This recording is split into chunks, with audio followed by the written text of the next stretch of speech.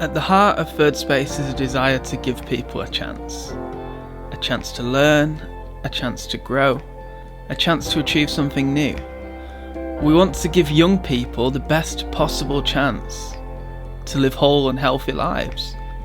We want them to have the chance now to put into practice good habits that will allow them to flourish in the future. We want people to have a chance of experiencing good community, true friendship, and limitless compassion. And we are committed to those who might have felt like they've had their last chance.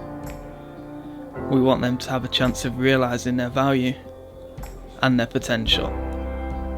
At the core of it, it's about echoing the biblical principle that all of us fall short, and it's only through grace that any of us have a second chance.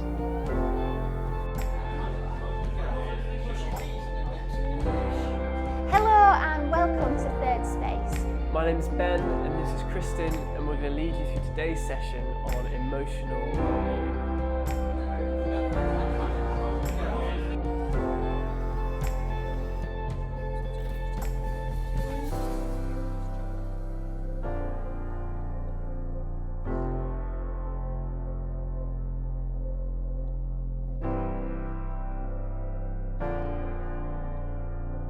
Hi, I'm Mark Cowling, trustee of Third Space Bolton, and I'd love to share with you today how individuals and churches can support high schools across Bolton.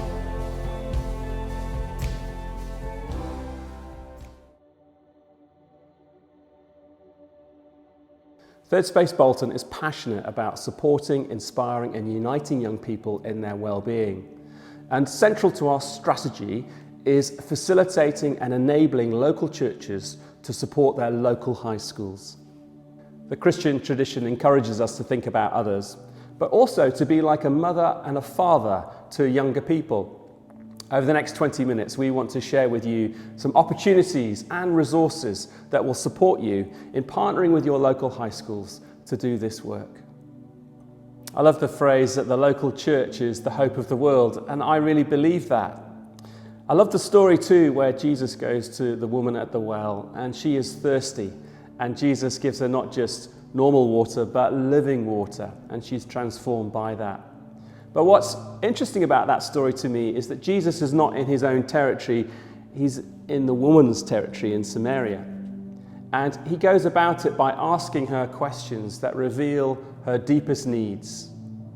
And so it is with us actually, as we go into schools, which is the territory of young people, we too can learn to ask those questions that, if you like, get to the deepest needs of our young people, help us understand them and help us minister to those needs, just like Jesus did.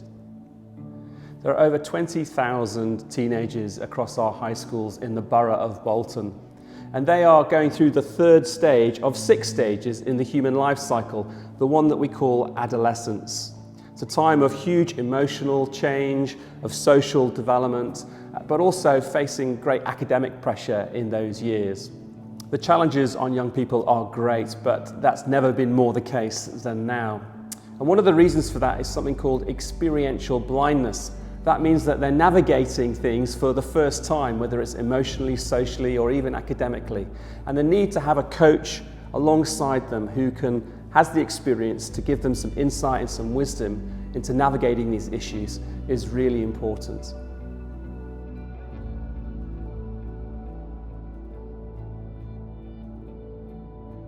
I'm Andy Hunter, I'm the chaplain here at St James's High School.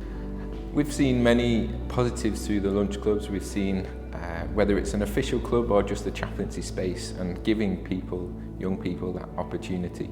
When our year 11s left last year, they were the ones that had finished and weren't going to do their exams, and we'd gone and we'd left, and when we came back they'd written us a huge post on one of our displays, just kind of saying how thankful they were for a place that gave them community and belonging and identity. And that was a tremendous moment, that even in the midst of all that chaos, the constant of generosity and time and being together had meant the world to them. And I think it's really hard in youth work because you often don't see all the seeds grow into flowers. In fact, it's quite rare. You do a lot of planting, but you don't do a lot of reaping in one sense, but it doesn't mean that it's not happening. And you have those conversations with young people, perhaps behind closed doors sometimes, and no one else knows they've gone on, but you know that young person has valued what you've given them and what they've gone through. And I think the biggest positive out of all the things that we've done is that sense of belonging, that sense of you want people to feel like they can be themselves in a world that says you have to be this or that, or you have to look like this or look like that. Actually, so many times we just have to say, be yourself, and this is a space in which you can do that. And I think obviously we're in a school, and there's a beauty in that, in the sense that we're the people they see constantly and daily, and for some that's a real assurance for them that they know they're going to come in Monday to Friday, they're going to see such a body, and that will help them. But actually that limits some things, because you can have a conversation with someone that isn't in every day, and that in a way that makes it a little bit more fruitful, a little bit more special. And I think one of the biggest things that I've learned over the years is that don't underestimate the power of people coming in and spending time. And it doesn't matter what age you are or what background you have in one sense, because if you are able to give time to these young people, they will respond and they'll thrive. And the beauty of relationship is massively important, that when you take time to invest in someone's life, without an agenda, without a goal, but just because you want to, that means that that young person has a chance to be who they really are, their God-given destiny. And I think the more positive role models that we have coming in, who can relay that message, who can invest that message, who can emphasize that message, it just says to these young people that it's not just a load of teachers or school people or school staff that are saying these things. Actually, there's other people out there that kind of have a similar viewpoint or a similar mantra, and that they want to give back to these young people. And I think there's a huge value in that, and a wealth of important practice, and it's just a really valuable thing to do.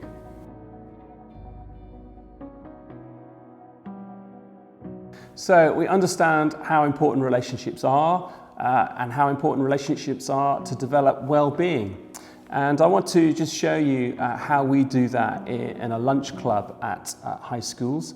And this is something that we do, but would be easy for you to come along and join in with, or to set up yourself in your local high school. We use something called the Fit for Life course, which is a booklet which has several sessions that can be covered each week. They give you an aim, an icebreaker activity that's fun for the young people, some exercises, a fact file that gives you some facts to work with, and then an opportunity to get into a discussion with young people. Some of the tools that we use are this paper tablecloth. We get a roll of this and lay it out on the table in a classroom, and offer people a pen from our box of pens. They can choose their colour, and the first thing we ask them to do is to write down a score out of 10 about how they're feeling today. And this is really important that we do this at the beginning of each session, because it's allowing people to reflect on how they're feeling today, but also to acknowledge that we don't always feel 10 out of 10, and for us to get used to explaining that and talking about that together. In addition, we also provide some food, so we'll usually bring in a pizza, check with your local high school about what they're happy for you to do, but we'll home cook this and bring it in a box for the session so that it's still warm, and the young people can then help themselves to that snack during the session. We also have a pack of cards that comes from an organisation called Fusion. They do 2 different packs of cards, and this can be quite useful as an activity where you deal the cards out to the people in the group, and on each question, each card is a question or a reflection that encourages the person who's got the card to answer or to talk about what's on the card. So for this lunch club, it's really led by the facilitator who hosts the discussion and the time together. But all the hard work is done for you with this booklet and the sessions that are provided in here with the expertise that it offers. Many people say that they don't feel qualified to do this, but we know from talking to young people over many years that really the main qualification is that you have a heart for young people, you care for them, and you love them. And they will really appreciate your time spent with them.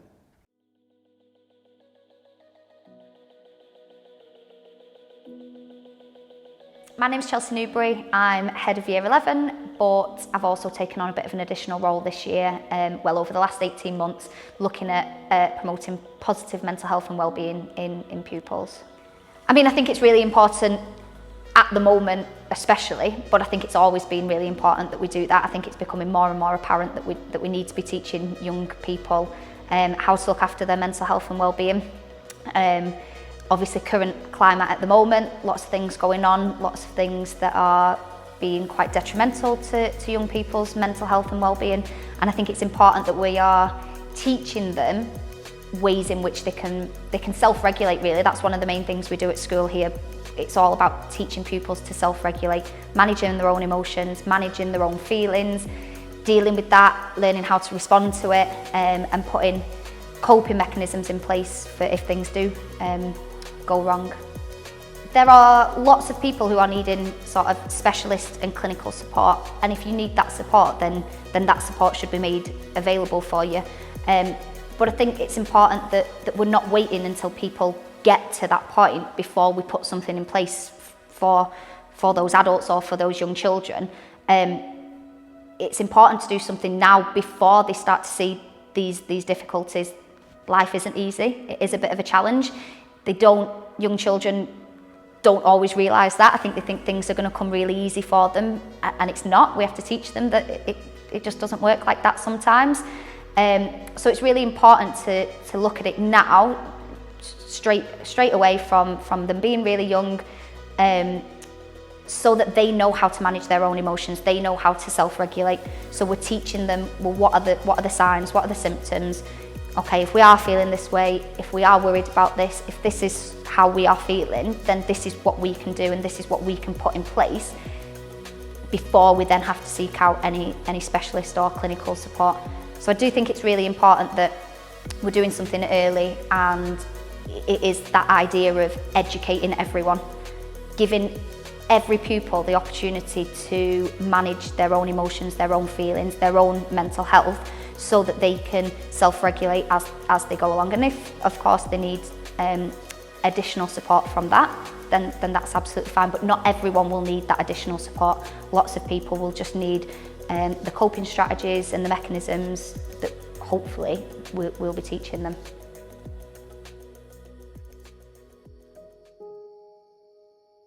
So the way I see that the work that we're doing here at Third Space is in two strands, really. The first one is very relational. It's based on relationships, and it's the stuff that we've already heard about in this webinar, the stuff that's really, really important. It's face-to-face contact with young people. It's knowing them, it's listening to them, it's hearing them, and it's understanding what their needs and struggles are, and then providing support to those needs and struggles. That's why the lunch clubs and the face-to-face contact is so important, because it builds relationships. It brings a coach alongside young people to support them and to inspire them and cheer them on. The second strand to the work that we're doing at Third Space is very educational, which again, as we've heard, is so important. There's so much that young people need to understand while they're young. I remember when I was at school, I could not see past the day-to-day. I couldn't see the big picture. I'd make decisions not thinking about the consequences, and I didn't invest my time or my efforts wisely at all. That's why I'm so inspired now to communicate well to young people how important how they spend their time is, how important the choices that they make are. And I think it's so valuable to educate young people while they're young about some really tough topics. And that's what we aim to do at Third Space.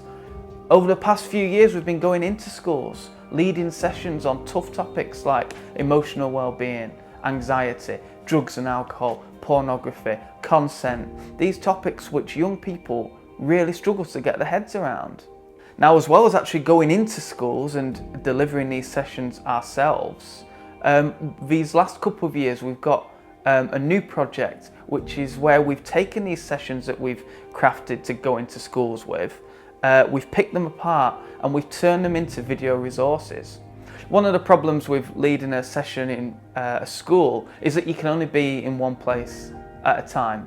And if you have an expert in a certain topic who comes in, or someone who's got a real powerful testimony or story about that topic and they can come in as well, they can only be in one place at a time. And people's time is obviously very limited. So what we've decided to do is take the really, really good content, the really good information, the really good stories and testimonies, and the really good research that goes into these, and putting it all into one video that can be used multiple times at multiple schools. Let me give you an example. We've created an emotional well-being video, which is led by 2 youth workers who connect with the young people, talk about their own experiences and tie the whole video together. Throughout the video there are interactive activities where the video will pause and there's time for discussion in the classroom, or there's worksheets to fill out, or time for self-reflection. In the video as well, we have access to people that would not normally be able to come into school. People like GPs talking about depression and the science behind anxiety. Thinking about the consent session, we've got someone who's got a master's degree in law talking about the legal side of consent. Again, things that we wouldn't normally be able to bring into a school if we were doing a session in person. So there's loads and loads of really exciting things about these video sessions because the content is so strong, but also the way it's put together is so professional and it's so dynamic and captivating that young people will be able to engage with it really easily. I was a little skeptical at first with this project, thinking about long form video content for young people in schools, but then I was reminded of how much time young people spend online, how much time they spend in front of screens, and how much time they spend absorbing information from YouTube. And that made me so passionate to actually put something positive into that space, to bring truth into that space, and to actually provide something of value that is entertaining, that is interesting, but is also actually will have a lasting impact on young people. So these sessions are available just to go at and present to young people. The main thing for me is that it's taken the pressure off staff members in school, because now staff members don't have to learn about the laws surrounding consent or the intricacies of depression and anxiety, because it's all there on the video for them. Now all that's needed is a facilitator to press play on the video and facilitate a discussion or to lead the activities. The pressures come right off and all the hard work's already been done. As well as these longer videos, we've cut up some of the content into shorter videos. I see them as like bite-sized videos, or the way I've liked to think about it is it's a springboard for conversation, because I know not every school has sessions dedicated to this. So you could use maybe a short video, maybe it could be one of the youth workers talking about how they've dealt with grief, or it could be a GP talking about anxiety, and that is a springboard then. The information is still there, but it allows you then to play it, and it takes 5 minutes in a form time, and then you can lead a discussion after that, or you can create an activity surrounding the video. Basically what we've done is we've tried to do the bulk of the hard work so that you can then look at this video resource and then create a session around it. Or you can use a session that we've already created and provided for you as well. Basically the possibilities are endless. We worked with a school recently and they said they had a real need for a video on drugs and alcohol. So we took a session that we'd done before on drugs and alcohol, turned it into a video resource and created that as a bespoke video for that school. So basically whatever's needed, we're here and we're raring to go to create that. We want these videos to be readily available to as many young people as possible, because the information is so important. And even though my role as a schools coordinator has changed slightly over the last few years, the aim is still the same. The aim is to provide young people with the information that they need to thrive in life. It's to show them that they've got a value and a potential, And I think these videos and these sessions are the perfect way to do that. And what's even more exciting is this is all running alongside all the other stuff that we're doing. We're still wanting to do lunch clubs. We're still wanting to go into schools and see people face to face. But on a wider scale, we can now get this information to as many young people as possible. And that's really exciting.